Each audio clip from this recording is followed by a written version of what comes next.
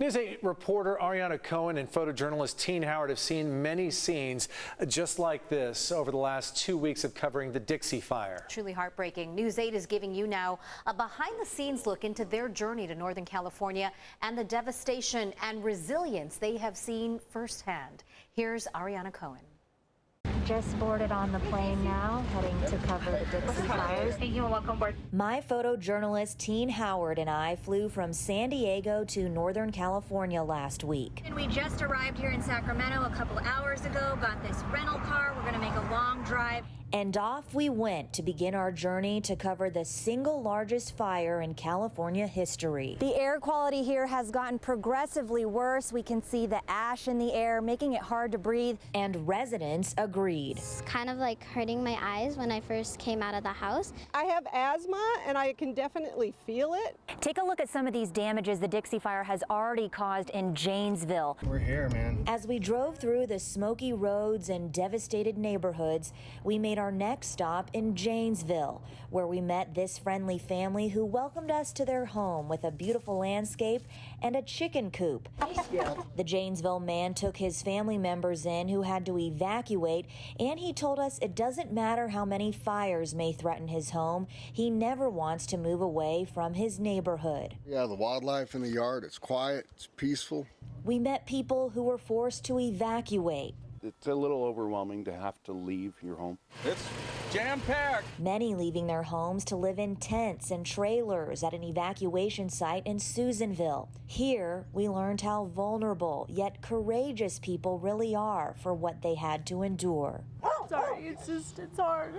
You know, having a beautiful home and a bed to sleep in and just, being told you have to leave. The animals could feel the pain too.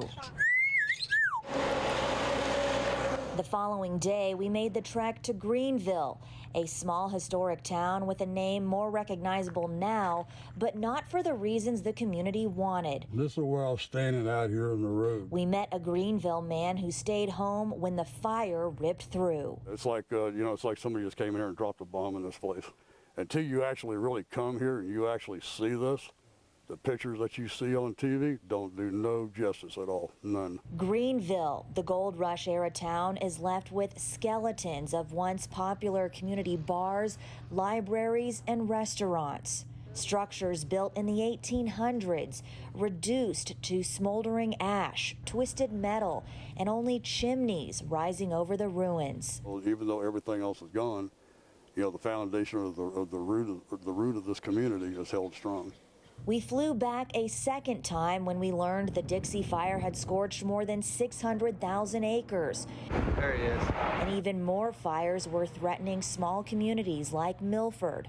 Well, I talk slow. This is where we met 81-year-old Donald Cameron, a wood carver who was so thankful his precious sculptures were unscathed. So I sure didn't want to lose that one. The next day, we drove on Highway 36 near Susanville and Chester, where we saw huge billowing clouds of smoke and angry flames.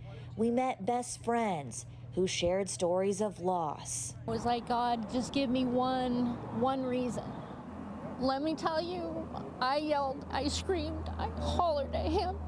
I hollered at him and asked him why he would allow this to happen. Goodbye.